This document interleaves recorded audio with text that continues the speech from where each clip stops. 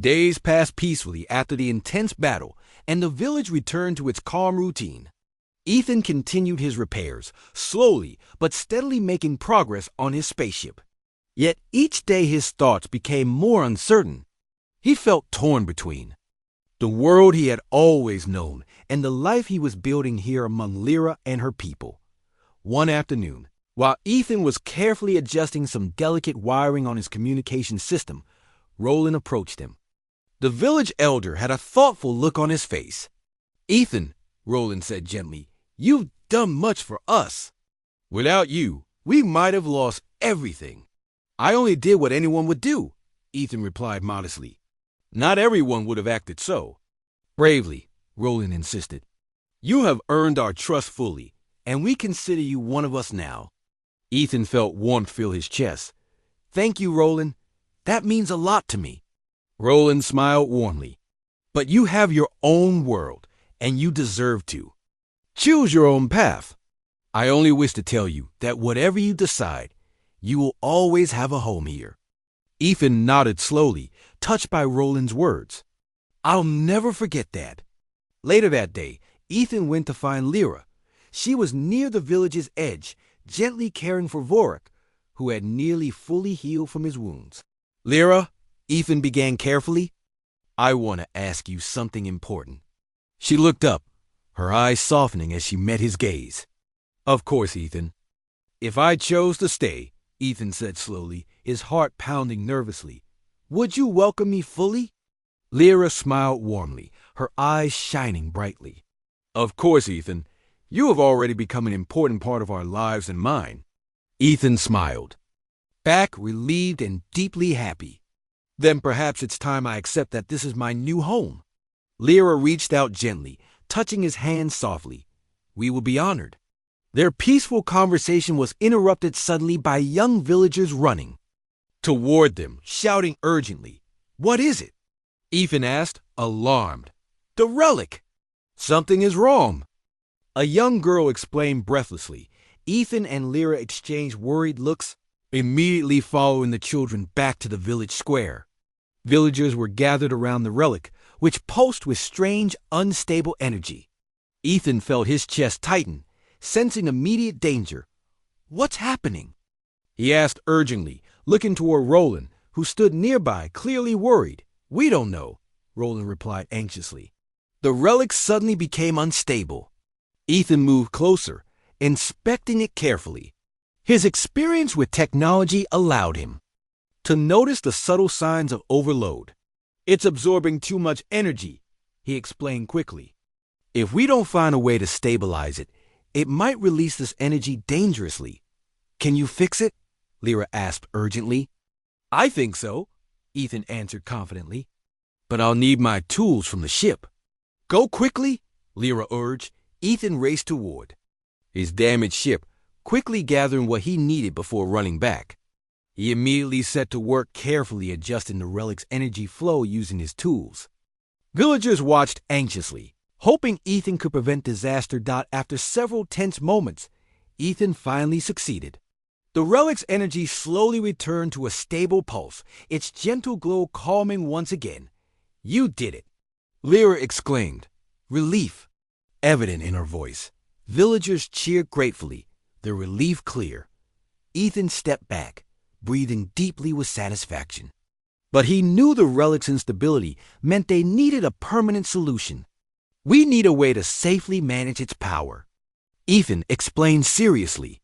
"Perhaps technology from my ship can help stabilize it permanently." "Then let's do it," Lyra agreed immediately. Ethan and several villagers worked tirelessly over the next few days, integrating Ethan's ship technology with the relic. It was a delicate process, requiring patience and precision. Lyra stayed close, supporting Ethan and learning from him. Finally, after much hard work, the relic was successfully stabilized. It glowed gently, its power now safely regulated. Roland approached Ethan, smiling warmly. "Once again, you have saved us, Ethan. You truly belong here." "I am glad I could help," Ethan replied sincerely. "This village means a lot to me." Lyra moved close, her presence comforting. "And you mean a lot to us." The villagers celebrated that night, gathering around fires, dancing, and sharing joyful stories. Ethan sat near Lyra, deeply content and feeling fully accepted. Later, Ethan took a quiet moment away from the celebrations, gazing up at the unfamiliar stars above. Lyra approached quietly, standing beside him. "Do you miss your world?" she asked softly. "Sometimes," Ethan admitted quietly. "But this place has become home to me." Lyra smiled warmly, clearly pleased by his words. "We are glad to have you." Ethan turned toward her, his expression gentle. "And I'm glad to be here." They stood quietly, comfortable in each other's presence, until Vorak's gentle growl caught their attention. Ethan looked over, smiling fondly at the massive creature now fully recovered and resting nearby.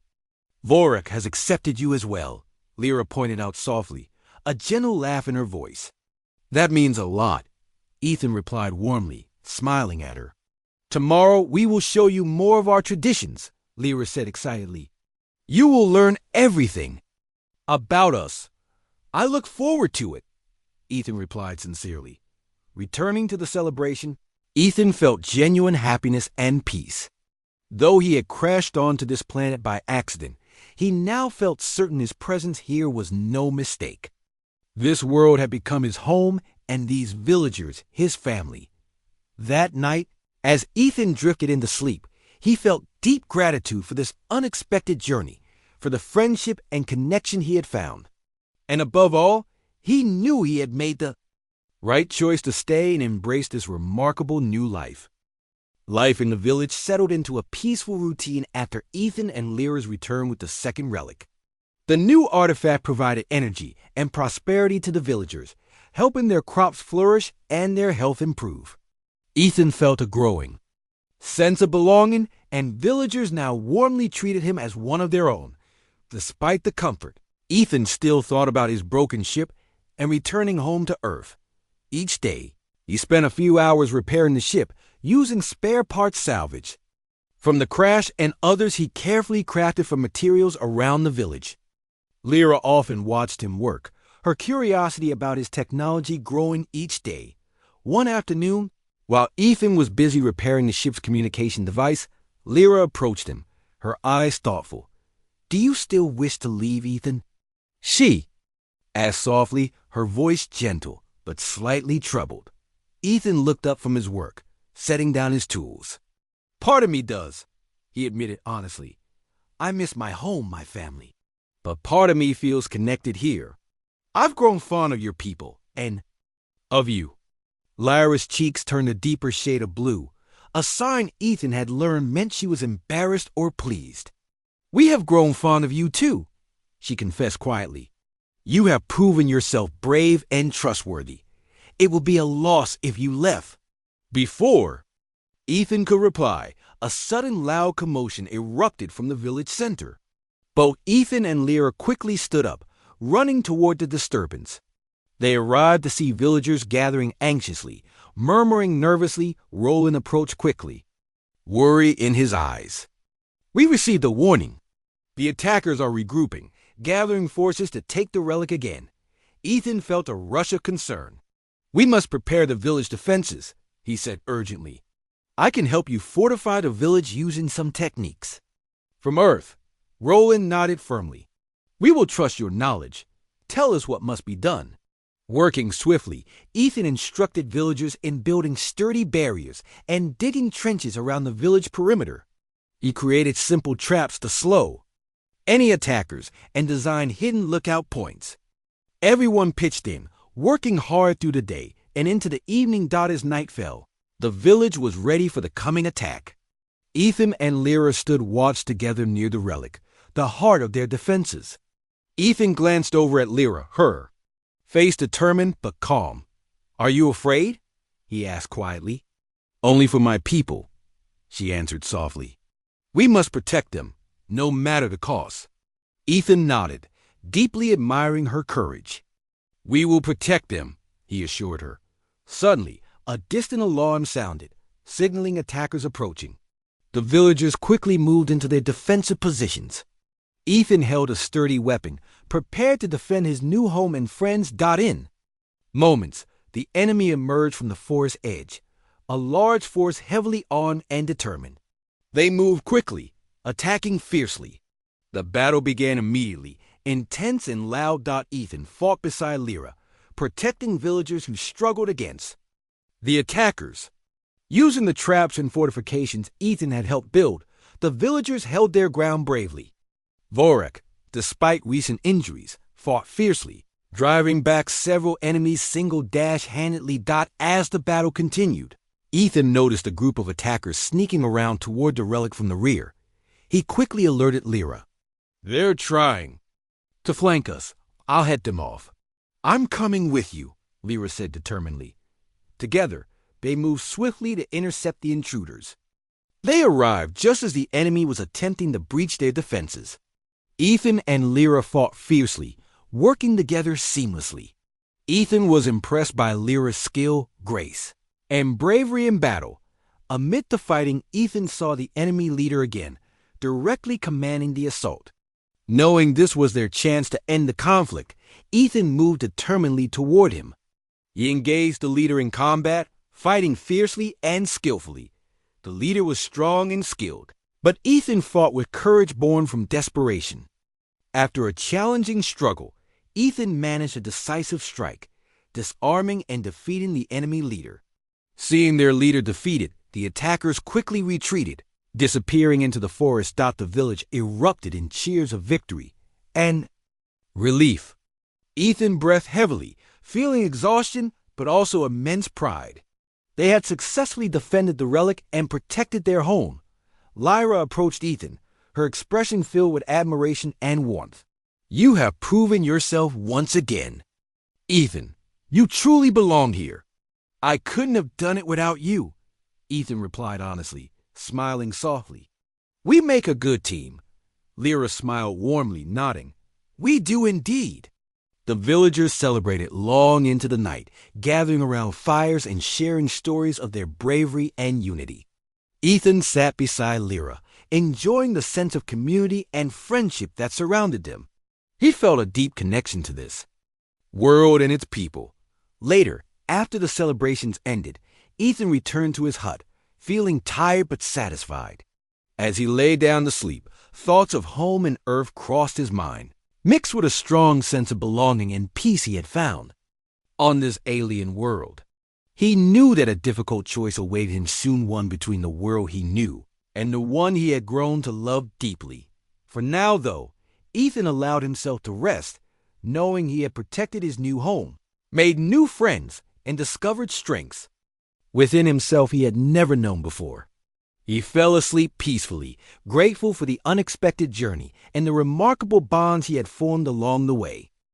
The next morning, Ethan woke early, feeling refreshed and ready to help in the village. He stepped outside, greeted by the gentle sunlight filtering through the tall trees. Villagers were already busy, performing their daily chores, smiling warmly at him as they passed. He felt a sense of belonging, which surprised him. Lyra approached him shortly after breakfast, a serious look in her eyes. "Today, we will visit the relic again. You need to see something important," she explained simply. Ethan followed her quietly, curious about what she wanted to show him. They approached the ancient structure carefully, moving through the trees until they reached the hidden entrance at the back. Ethan watched as Lyra placed her hand gently against a carved stone panel. It glowed softly before opening silently. Inside, the relic room was dimly lit by glowing crystals embedded in the walls. At the center stood the relic, a large, beautiful artifact that pulsed softly with an energy Ethan could feel. As they moved closer, he noticed something alarming, a small crack at the base, spreading slowly. "This is why the attackers came," Lyra explained quietly. "The relic is losing its power. Our crops and health depend on its energy." Ethan frowned, concerned. "Is there anything that can be done?" "We believe another relic exists," Lyra said softly, her eyes meeting his. "Ancient writings speak of it. But it lies deep within dangerous territory, a place my people rarely enter." "Then let's find it," Ethan said determinedly, surprising even himself with his readiness to help. "Together, we might succeed." Lyra nodded slowly, seeming to appreciate his courage. We must leave immediately. After packing supplies and gathering Vorik, they set off. Ethan felt excitement and nerves mixing within him. The forest grew denser and darker as they traveled, the trees thicker and their branches blocking out most of the sunlight. Strange noises echoed through the trees, making Ethan cautious. Vorik remained alert, sensing potential danger around. Every corner dot as they traveled, Ethan and Lyra talked softly, their conversations growing easier and more relaxed. Ethan learned more about her people's history and traditions, while Lyra became increasingly curious about Earth and humanity. Their differences were clear, but Ethan found himself admiring Lyra's strength, courage, and deep commitment to her people. Hours later, they reached a dense swamp, mist floating above dark water. Lyra looked concerned. This place is dangerous. Stay close. Carefully, they moved forward, stepping from one stable patch of ground to another. Suddenly, the water erupted violently, and a massive creature with sharp teeth and scaled skin lunged toward them. Vorik reacted instantly, growling fiercely and confronting the beast. Ethan and Lyra quickly moved back, giving Vorik space to fight. The battle was fierce. Vorik moved swiftly, avoiding sharp claws and teeth, using its strength and agility to overpower the swamp creature. Finally, the monster retreated beneath the water, leaving Vorik triumphant but injured. "Vorik!" Lyra cried, rushing to the creature's side. Ethan quickly pulled out medical supplies, carefully helping Lyra tend to Vorik's wounds. Thankfully, the injuries weren't severe, but they slowed their progress. After a brief rest, they continued carefully, grateful for Vorik's bravery. Eventually, they left the swamp behind, climbing toward a rocky area filled with steep cliffs and narrow paths. Ethan stayed close, helping Lyra whenever needed, aware of the increasing dangers around them. Finally, they reached a large cave entrance carved into the mountainside, its darkness foreboding. "This is the place," Lyra whispered, her voice tense. With anticipation and anxiety, they stepped carefully inside, Ethan lighting a small torch that illuminated their path. The cave walls were damp, glistening softly in the torchlight. They moved cautiously, aware of every sound. Deep within, the cave opened into a large chamber filled with glittering crystals, casting brilliant colors across the walls. At the center, resting on an ancient pedestal, was the second relic, identical but unbroken. Radiating powerful energy, Ethan felt hope surge within him, stepping eagerly forward. But suddenly, a familiar voice echoed through the cave. "Thank you for leading us here," said the leader of the attackers from the village, stepping out from the shadows with several armed companions. "We'll take the relic now." Ethan and Lyra exchanged a quick glance, knowing they had to protect the relic at all costs. Vorik growled deeply, sensing the imminent danger. Lyra drew her weapon, standing bravely beside Ethan. "You will not take it," Lyra stated firmly, her voice unwavering. The attackers moved forward aggressively, weapons drawn. Ethan grabbed a sturdy rock, preparing himself for the fight. The chamber erupted in chaos, filled with shouts, growls, and clashing weapons. Ethan fought fiercely, determined to protect the relic and his companions. One attacker lunged at Ethan, who dodged just in time, countering with a powerful strike that sent the attacker stumbling away. Nearby, Lyra fought skillfully, moving gracefully and swiftly. Vorik, despite earlier injuries, battled fiercely, keeping several attackers at bay. Finally, Ethan saw a chance. Using all his strength, he struck the attacker's leader, causing him to fall back in defeat. Seeing their leader defeated, the remaining attackers quickly retreated, leaving Ethan, Lyra, and Vorik victorious but exhausted. Breathing heavily, Ethan looked at Lyra, relief washing over him. "We did it." Lyra smiled gratefully, exhaustion evident in her expression. "Thanks to you, Ethan. You fought bravely again." "Together," Ethan corrected, smiling warmly. He carefully lifted the relic from the pedestal, feeling its warmth and energy flowing gently through his hands. "Let's hurry back," Lyra urged softly. concern for her village evident in her voice. Ethan nodded, understanding their need to return. Quickly, their journey back was long and tiring, but their determination pushed them forward. Vorak bravely carried them when exhaustion threatened to stop their progress. By the time the village came into view, both Ethan and Lyra were drained but hopeful. Villagers quickly gathered around them, relief and joy evident in their faces as Ethan placed the relic carefully in the village square. Instantly, a gentle, powerful energy spread through the village, bringing warmth and healing. Roland approached Ethan and Lyra, deep gratitude evident in his expression. "You have saved our people, Ethan. We owe you our deepest thanks." Ethan smiled, feeling a strong sense of accomplishment and belonging. "I'm glad I could help. Your people are worth protecting." Lyra placed her hand gently on Ethan's shoulder, smiling warmly. "We are fortunate you crashed here, Ethan. You've become one of us now." Ethan felt a deep warmth in his chest, grateful for these unexpected friendships and this new place he was beginning to call home. Ethan followed Lyra and Vorak carefully through the thick forest, keeping a cautious distance. The creature Vorak moved silently, its massive paws barely making a sound on the soft soil. Ethan couldn't help but admire how gracefully Lyra rode. The animal, her posture straight and confident. She seemed completely at ease in her environment, alert to every small sound and movement. After walking for some time, they reached a clearing that opened into a small village. Ethan paused, looking around curiously. The houses were simple, built from wood and stone, blending naturally into the forest. Each home seemed to have small gardens, filled with vibrant, glowing plants that provided both light and beauty. The villagers looked up, surprised and cautious, as Lyra and Ethan approached. Lyra guided Vorak to the center of the village, then gracefully dismounted. She spoke briefly to a few villagers in her own language, her voice calm but firm. Ethan noticed the villagers glancing at him suspiciously, clearly unsure about his presence. "Wait here," Lyra told Ethan, pointing to a small bench near a large tree. "Do not move until I return." Ethan nodded and sat down, watching as she walked away, to speak privately with some older villagers who seemed to be leaders. While waiting, Ethan observed the life around him. Children played nearby, their laughter ringing through the clearing, but their curious eyes kept returning to him. Adults went about their daily tasks, gathering fruit, repairing homes, and cooking over small fires.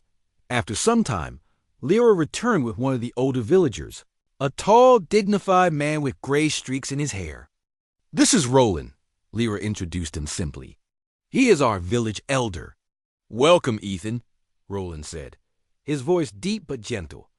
"Lyra tells me you mean us no harm." "That's true," Ethan assured him respectfully. "My ship crashed, and I'm only trying to repair it and return home." "We rarely have visitors," Roland said thoughtfully. "Especially humans. You must understand our caution." "I understand," Ethan replied earnestly. "I'm very grateful you're willing to help." Roland nodded slowly. "For now, you may stay here. Lyra will watch over you. Prove yourself worthy of our trust, and perhaps we can help you find what you need." Ethan felt relieved, sensing he had overcome the first big challenge. "Thank you," he said sincerely. Lyra motioned for Ethan to follow her again. She led him to a small hut on the edge of the village. Inside was basic but comfortable, with a bed and simple furnishings. "This will be your home for now," she explained. Ethan stepped inside, looking around gratefully. "It's perfect," he said. "Rest for a while," Lyra instructed. "Later, I will show you around." Ethan sat down on the edge of the bed, suddenly realizing how exhausted he was from the crash and the long walk. He lay down and quickly fell into a deep sleep. When Ethan awoke, the sun had begun to set, casting a beautiful golden glow over the village. He stepped outside to find Lyra waiting patiently for him. She seemed calmer now, though still cautious. "Follow me," she said simply, leading him through the village. Ethan noticed the villagers were less suspicious, nodding politely as they passed. Lyra guided Ethan toward the sacred structure he had initially tried to approach. Now, from this angle, he saw clearly why it was so protected. The structure was ancient, covered with intricate carvings glowing softly in the dimming light. "This relic keeps our village safe," Lyra explained quietly. "Its energy helps our crops grow and keeps us healthy." "It's amazing," Ethan whispered, feeling awe at the sight. "I've never seen anything like it." "That's why we must protect it," Lyra said firmly. "We cannot risk it falling into the wrong hands." Ethan nodded, understanding the seriousness of her words. As they walked away from the relic, he began to ask Lyra questions about her people, their customs, and their lives.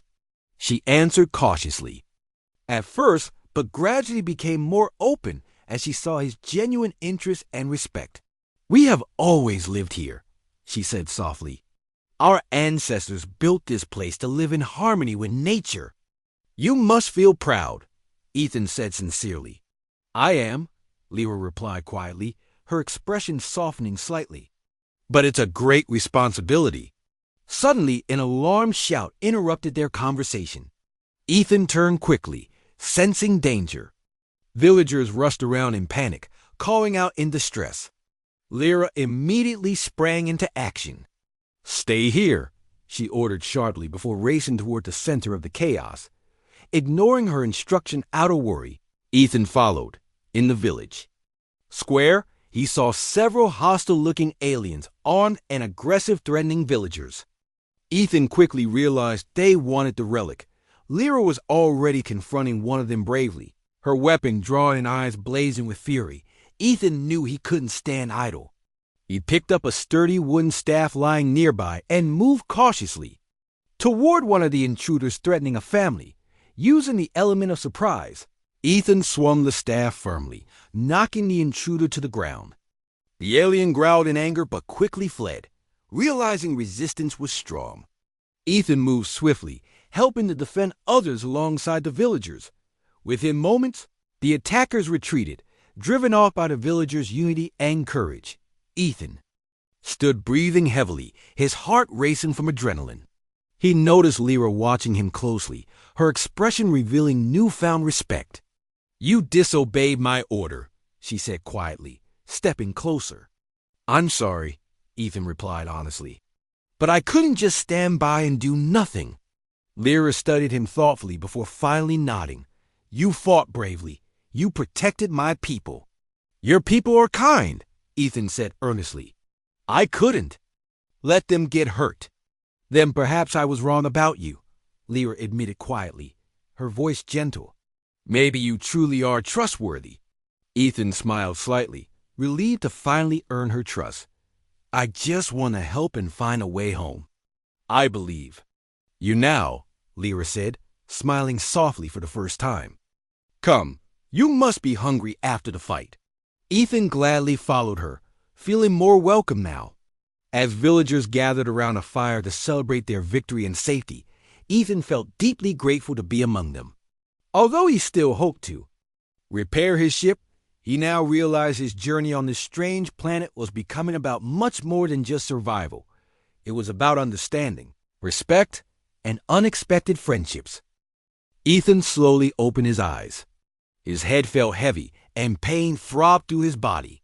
The cockpit of his spaceship was dark, filled with smoke and sparks flickering from damaged panels. He struggled to release himself from the seatbelt, his fingers shaking as he unbuckled it. Ethan took a deep breath, coughing as smoke filled his lungs. His ship had crashed, and he was unsure where he had landed. He carefully stood up, stumbling slightly from dizziness. He moved toward the exit hatch, pushing the damaged metal with all his strength until it finally opened. Fresh, cool air filled the cockpit, allowing him to breathe easier. Ethan stepped out of his wrecked spacecraft and on the solid ground, his boots sinking into soft soil. He looked around and saw he had crashed in the middle of a dense forest full of trees and plants. Unlike anything he had ever seen on Earth, Ethan checked his equipment. Thankfully, his basic survival gear was still intact. He took a small scanner from his pocket and activated it, hoping to gather some information about this unfamiliar place. The screen flashed with strange readings, showing air that was safe to breathe and plenty of unknown life forms surrounding him. Ethan knew he had to find resources quickly to repair his damaged ship.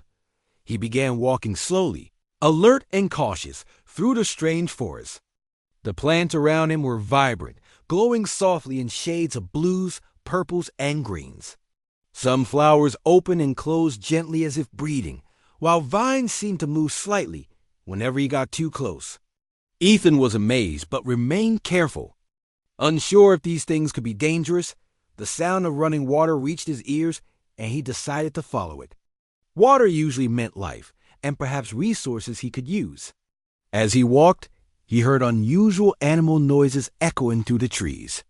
Occasionally, small creatures darted across his path, watching him curiously from a safe distance. Ethan felt like an outsider in a world that was completely alien to him. Finally, he reached a clearing with a beautiful stream running through it. The water was clear and inviting. Ethan knelt down and took a drink, relieved to find it fresh and clean. As he refilled his water container, he noticed something large and imposing in the distance, a tall, mysterious structure rising from behind the trees. Ethan felt excitement mixed with fear. Perhaps he could find help or technology there too. Fix his ship. Determined, he started toward the structure, walking faster now. But suddenly, a loud growl stopped him dead in his tracks. Ethan froze, his heart pounding. Slowly, he turned his head toward the sound. From behind the thick trees emerged a massive creature, like a huge wolf with dark fur and glowing eyes. Ethan felt his pulse quicken in fear, knowing instantly that this creature was dangerous. On top of the creature sat someone even more surprising. An alien girl stared down at him, her bright eyes fierce and wary. She had smooth skin tinged slightly blue, and her hair cascaded down her back in silvery white waves. Her clothing was simple, made from natural materials that seemed to blend into the environment around her. But it was her expression that made Ethan pause. She looked angry and suspicious, clearly seeing him as a threat. "You shall not pass, human," she growled, her voice firm and challenging. Ethan carefully raised his hands, trying to appear non-threatening. "I don't mean any harm," Ethan said slowly, clearly, making sure his voice stayed calm. "My ship crashed. I'm just looking for help." The alien girl didn't move or relax her stance, but her eyes studied him closely. Her creature growled softly beneath her, sensing her tension. Ethan remained very still, knowing one wrong move could end badly. "Why should I trust you?" she asked sharply, her eyes narrowing slightly. Ethan considered carefully before answering. "Because I have nowhere else to go," he replied honestly. "I just want to fix my ship and leave your world peacefully." She hesitated, clearly weighing his words. The creature shifted slightly beneath her, its massive claws digging into the ground. After a tense pause, she finally spoke again. "My name is Lyra," she said, her voice less hostile, but still cautious. "This is Vorak. I'm Ethan." He introduced himself carefully, keeping his hands visible and relaxed. "Why were you heading toward the sacred structure?" she demanded, her suspicion evident. "I thought it might have resources or someone who could help me," Ethan explained truthfully. "I didn't mean any disrespect." Lyra frowned slightly but nodded slowly, seeming to accept his answer for the moment. "That structure is sacred and must not be disturbed. My people protect it." "I understand," Ethan replied quickly, eager not to upset her further. "Maybe you can help me find another way." Lyra studied him closely for a moment longer, her bright eyes scanning him for any sign of deception. Finally, she seemed satisfied. Enough with his sincerity. "Come with me," she said, turning her creature around slightly. "But understand this, Ethan betrayed me, and you will regret it." "I won't," Ethan promised seriously. With that, Lyra guided Vorak through the forest slowly, Ethan following carefully behind him. He was relieved to have found someone who at least seemed willing to help him. But he knew he had to stay cautious and respectful. This world was not his, and its inhabitants clearly had their own rules. As they moved deeper into the forest, Ethan couldn't help but feel curious about Lyra and her people. She had already shown herself to be strong, proud, and fiercely protective of her home. Ethan felt a growing respect for her, even as he remained aware of the danger. He hoped this uneasy partnership would be the first step toward repairing his ship and eventually returning home. But as they traveled together, Ethan also sensed there was much more ahead than he could imagine. Little did he know how closely their paths would intertwine and how drastically his life would change in ways he could not yet foresee. With peace firmly established between Zarathia and Brightport, Luke and Zara continued their visits and communications regularly. Both worlds benefited greatly from their friendship, experiencing growth and prosperity. Luke remained busy in his workshop, creating new technologies inspired by Zarathian advances, while Zara led her people wisely, promoting peace and unity across her empire. One day, Zara invited Luke to attend a special event on Zarathia. Luke gladly accepted, curious and excited to experience more of Zara's culture. Arriving on Zarathia, he was warmly greeted by Zara and her advisors, who guided him to the capital city's central plaza. The city buzzed with activity, its streets decorated with vibrant banners and flowers. Zara explained to Luke that this was an annual celebration of peace and friendship, highlighting unity among their people. Luke was deeply honored to be invited to such an important occasion. During the event, Zara delivered a heartfelt speech, praising the strength and cooperation between Zarathia and Brightport. She introduced Luke to the crowd, expressing deep gratitude for his friendship and contributions. Luke felt humbled and proud as the Zarathian citizens warmly applauded him. After the event, Luke and Zara walked together through the city, enjoying the festive atmosphere. They spoke easily, laughing and sharing stories about their worlds and dreams for the future. "I never imagined I'd be part of something so meaningful," Luke admitted sincerely. "Your kindness made it possible," Zara replied gently. "You showed me that friendship and trust can bridge even the greatest differences." Their conversation was suddenly interrupted when an urgent message arrived for Zara. Her expression quickly turned serious as she read the message. "What's wrong?" Luke asked, noticing her sudden concern. "There's trouble at one of our distant outposts," Zara explained. "Some of my people there have sent a distress call." Luke immediately offered his help. "Let me come with you." Zara smiled, gratefully, appreciating his unwavering support. "Thank you, Luke. Your presence always strengthens me." Together, they quickly boarded a ship and traveled swiftly to the remote outpost.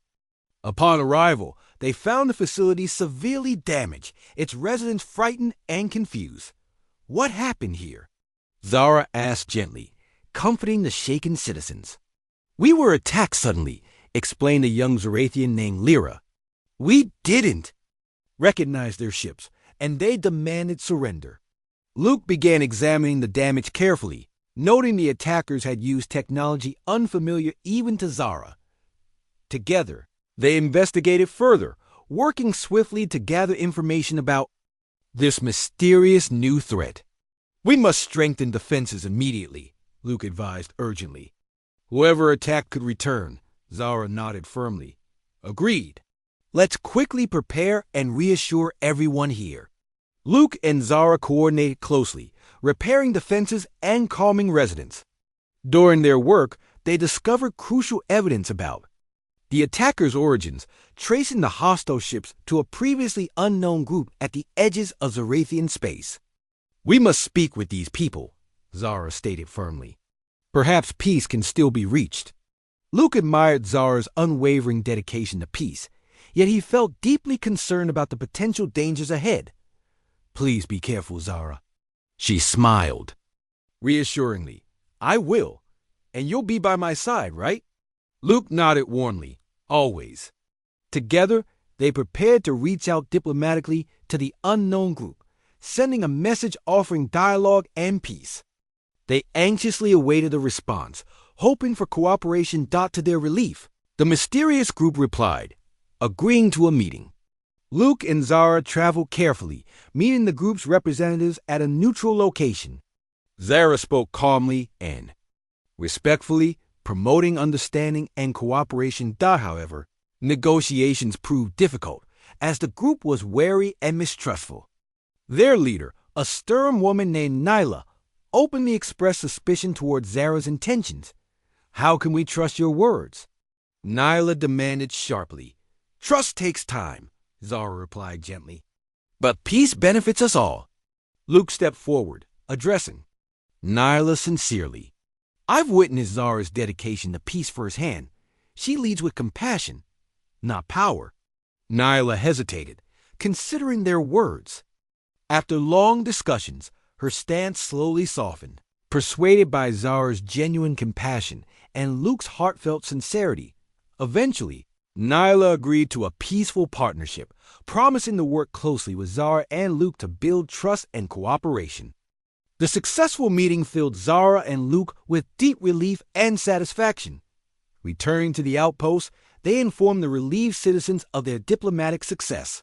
Zara praised Luke's essential role, thanking him again for his unwavering support. "Your belief in peace is powerful, Zara," Luke said warmly. "You inspire everyone around you, including me." "Your strength supports mine," Zara replied gratefully. "Together, we achieve great things." News of their successful diplomacy spread rapidly, reinforcing Zara's reputation as a wise and compassionate leader. Brightport and Zarathia celebrated their peaceful resolution, further strengthening their alliance. Luke returned to Brightport with renewed pride and determination, inspired by Zara's leadership and courage. He continued to develop new technologies and strategies, always mindful of promoting unity and understanding. Over time, Zara regularly visited Brightport, deepening their close bond and friendship. They faced new challenges together, always guided by trust and mutual respect. One peaceful evening on Brightport, Zara and Luke sat together quietly, gazing at the stars above. Zara spoke gently, reflecting on their journey. "Luke, our friendship has taught me something invaluable," Zara said softly. "Together, we have built bridges where others saw only barriers." Luke smiled gently. "Our friendship has changed both our worlds. It's amazing what can happen when we believe in each other." Zara nodded warmly. "Yes, belief and trust, these things have brought us strength." Together, beneath the quiet glow of starlight, Luke and Zara felt profound gratitude for the friendship they had built. They knew their shared values and mutual support would continue guiding them through any challenges ahead, continually shaping their worlds toward greater peace and understanding.